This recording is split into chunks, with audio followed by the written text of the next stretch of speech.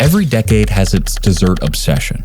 The 2000s were all about cupcakes and frozen yogurt, while the 2010s saw a rise of unicorn drinks and monster milkshakes. But in the 2020s, it's all about massive sugar-packed 800-calorie cookies. And leading the charge? Crumbl. What started as a single store in 2017 has now exploded into a 1,000-plus location empire across the US and Canada.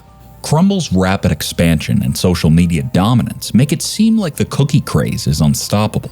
But behind the scenes, cracks are forming because while Crumbl continues to grow, so do the controversies.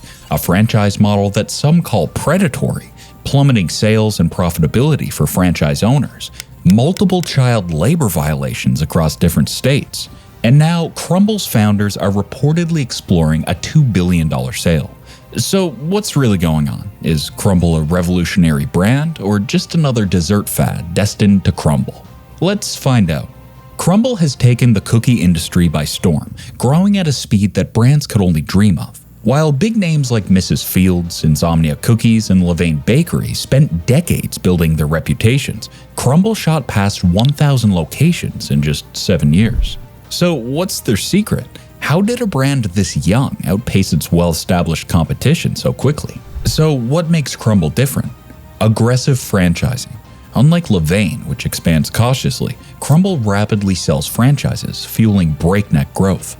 Digital domination. Over 14 million combined TikTok and Instagram followers, dwarfing competitors. A weekly rotating menu.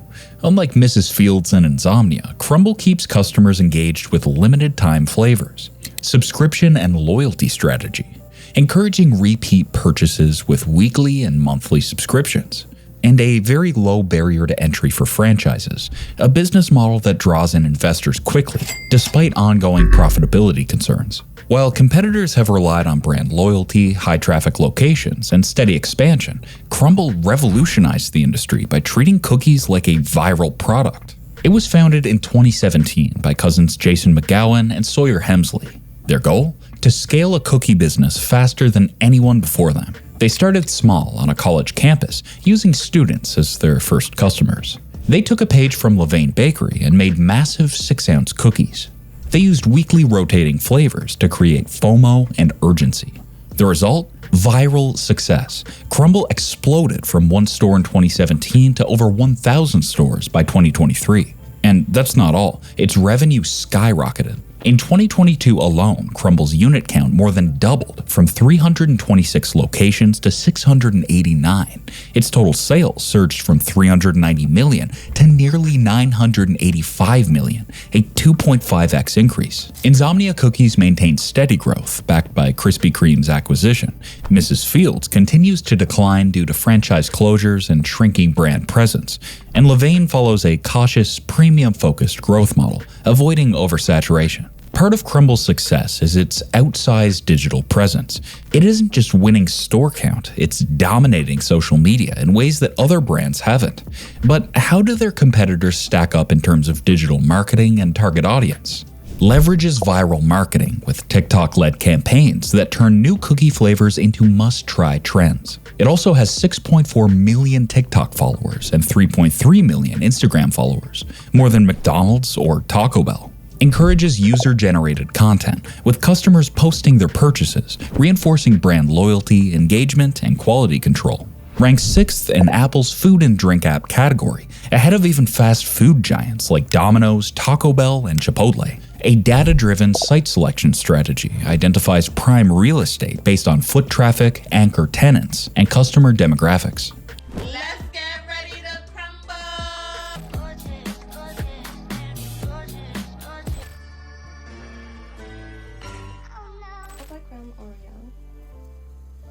It's mid. Now, Insomnia focuses on delivery and college hubs, but lacks Crumbl's viral momentum. And Mrs. Fields lags behind with minimal digital marketing, which has hurt brand relevance. With a digital-first approach, Crumbl isn't just competing in brick and mortar, it's winning the online conversation. And today, Crumbl is considering selling itself for $2 billion. But how did they scale so fast? The answer lies in franchising. So Crumbl doesn't just sell cookies, it sells franchises, and they do it super aggressively. A Crumbl franchise costs about $50,000 up front, double what it was in 2019. Franchisees pay a 12% royalty fee, one of the highest in food service. They also pay for overpriced ingredients from Crumbl's own suppliers, meaning corporate makes money off of every chocolate chip. Even credit card transactions are a profit stream. Franchisees pay 3% per sale, but Crumbl keeps the difference. And while corporate profits soared from $4 million to $150 million in 5 years, franchise owners are struggling. Margins have collapsed. In 2018, franchisees were making 30% profit per store. By 2023, just 10%. Many stores have already shut down. One major issue? Oversaturation. Crumbl grew so fast that it flooded the market, hurting its own franchisees. And then, things got even worse. In December 2022, the U.S. Department of Labor found that 11 Crumbl franchisees violated child labor laws in 6 states, illegally hiring 46 minors.